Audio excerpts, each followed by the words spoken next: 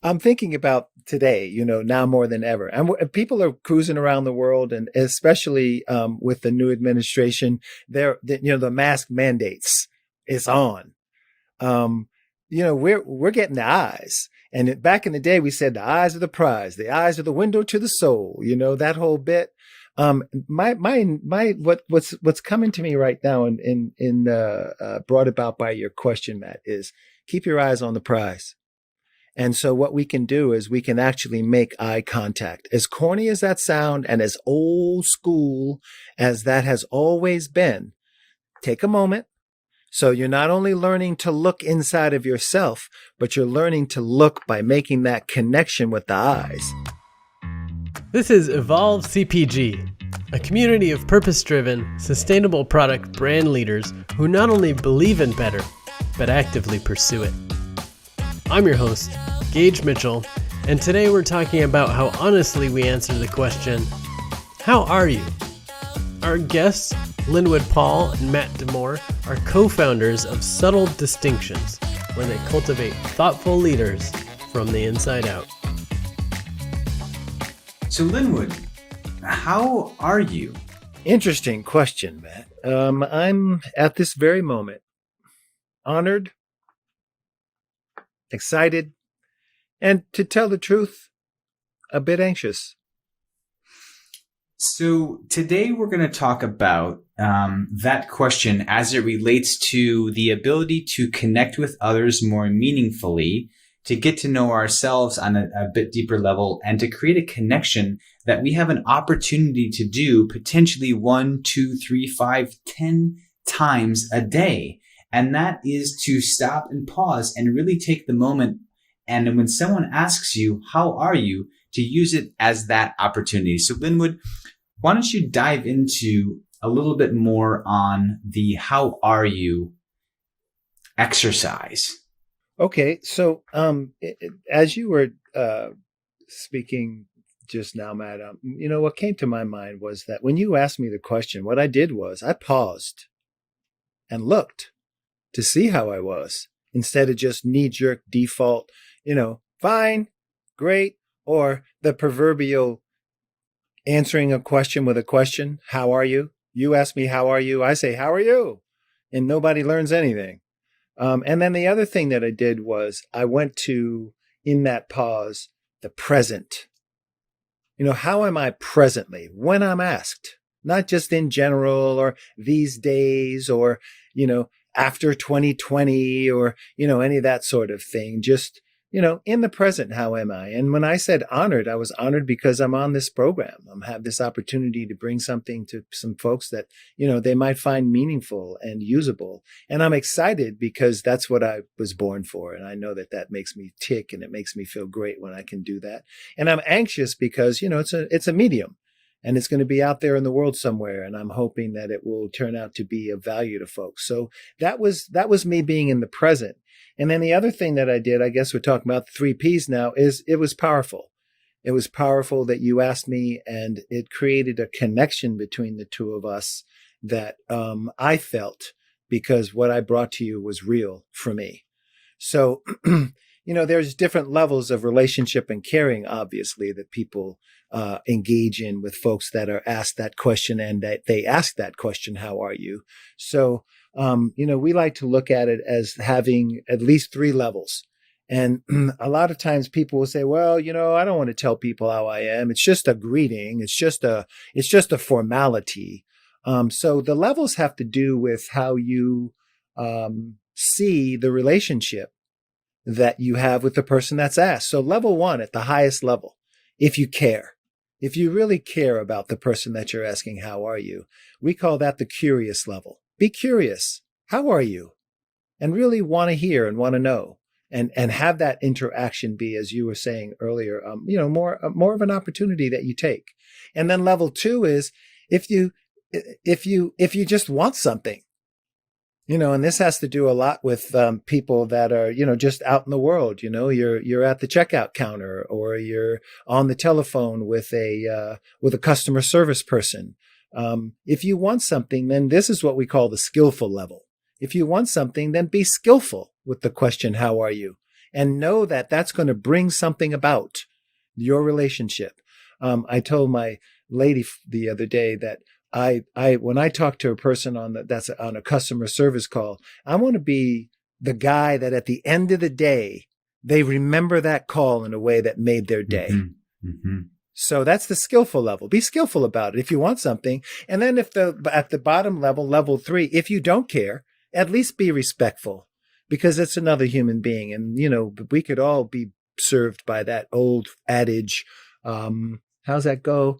Be kind to everyone you meet, because everyone you meet is fighting a battle. Those are all some really, really good points. Are there any ways in which anyone who's listening can start to incorporate this potentially on a deeper level and actually use the opportunity when someone asks them, how are you, to create more meaning or impact or just a different experience in their life and others?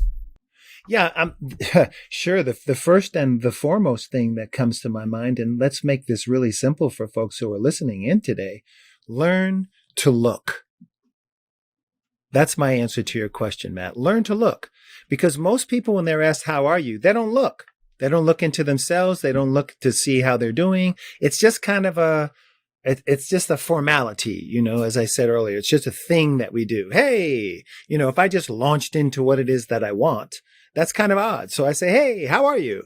And and when asked, I'm not even looking to see what the answer might be.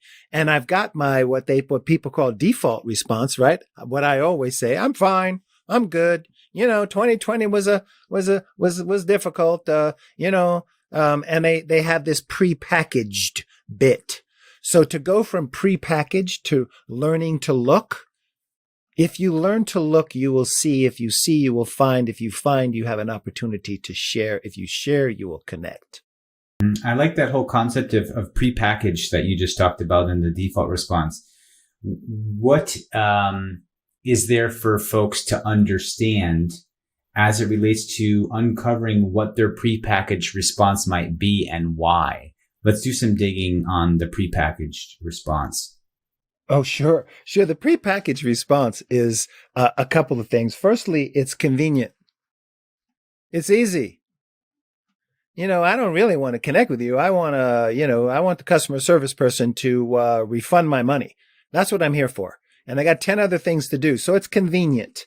That's one of the things that people create that prepackaging for. Another reason that they create that prepackaging, Matt, as you and I have found it out there in the world working with people, is because of their nervous system. They're less likely that, what is the word? Vulnerability. When someone asks you how you are and you really tell them, you're giving them a clue into who you are and how you are. And that's not the first notion. That's not the first thing that people do that haven't done some work in terms of connecting before content.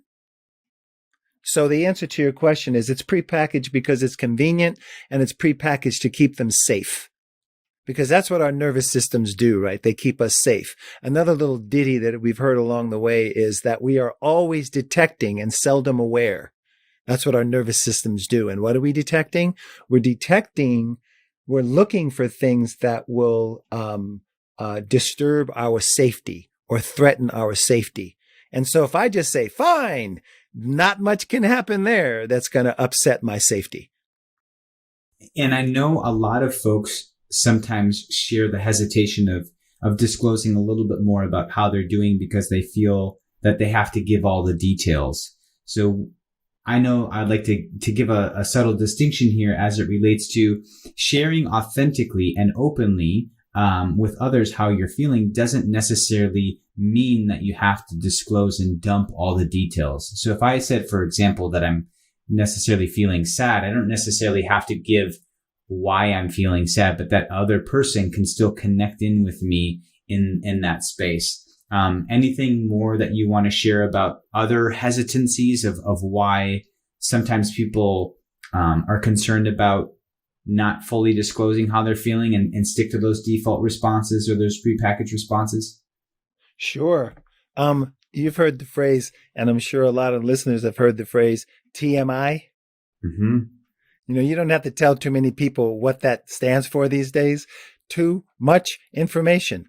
And so a lot of times people feel like if they share what's really going on with them, it will slip into the category of TMI for the person that asked, because they're not really sure that the person that asked really wants to know. So that's one thing on that. And TMI is very relative. It's very subjective. So it really, with who you're working with or who you're interacting with, find out. Do some experimenting with that. Along the way, you may find that you can create a deeper connection with people than you intended, and we don't find anything wrong with that. And then the other one is really about, do you really do I really want to tell? Because if I tell, somebody might ask me for a detail. I said I was honored, excited, and anxious. Now, of all those three, what might happen is you might say to me, well, why are you anxious? And then I'd have to give you some details or tell you I'm not going to give you some details. And in so doing is the rub of this whole thing. But I'd like to suggest that the rub is far outweighed by the opportunity that could arise from all of we human beings out there. And I'm going to say, especially now more than ever, connecting, because so much has been taken away from us as far as connecting is concerned. All super, super good points. And to wrap things up, what is the first thing that they can do? And I know you talked about pausing, to have that awareness of checking in, but, is there any learning to look. And learning to look. Is there any other challenges or things that whoever's listening can do starting right now?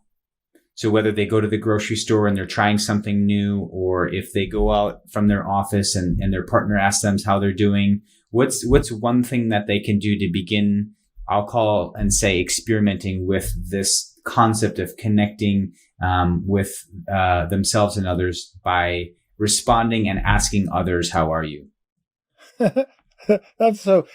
This is so much fun, Matt, because I'm thinking about today, now more than ever. And people are cruising around the world, and especially with the new administration, the mask mandates is on.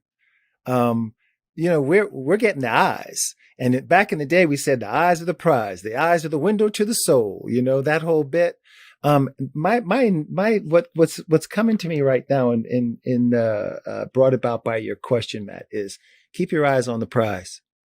And so what we can do is we can actually make eye contact. As corny as that sound and as old school as that has always been, take a moment. So you're not only learning to look inside of yourself, but you're learning to look by making that connection with the eyes. And then once you do that, then I guess stage number 2 is ask yourself how much you care and respond at that level, and see if who you're talking with doesn't rise to the level that you are. Because most people, when they're doing that default, are met with default because it's outlined the communication. It's outlined the energetic level that this is going to take place at. If I say, Matt, how are you? Or when you ask me, I say, I'm fine, Matt, how are you? That tells you I'm not into it, pal. I'm not there. So if you go first, you never know what you'll get.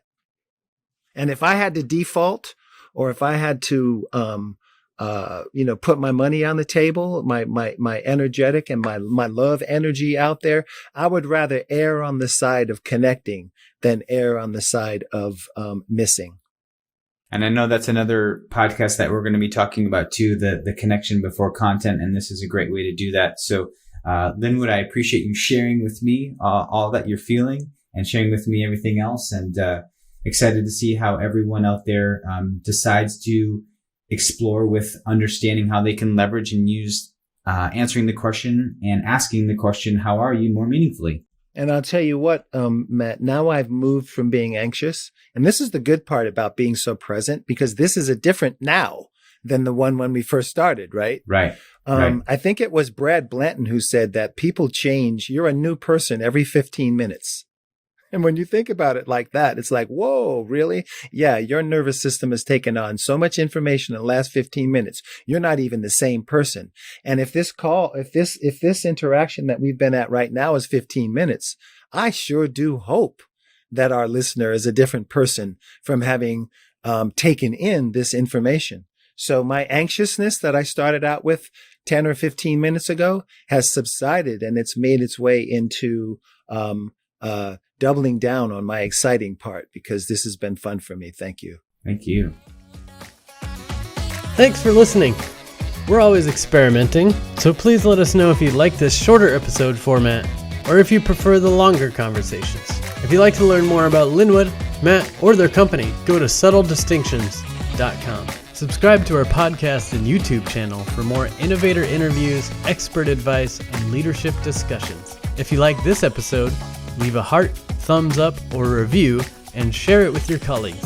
As an ever-evolving show, we also love feedback, so send us ideas for who we should talk to next at evolve@modernspecies.com, and learn about our new online community for brand leaders at evolvecpg.com. See you next week.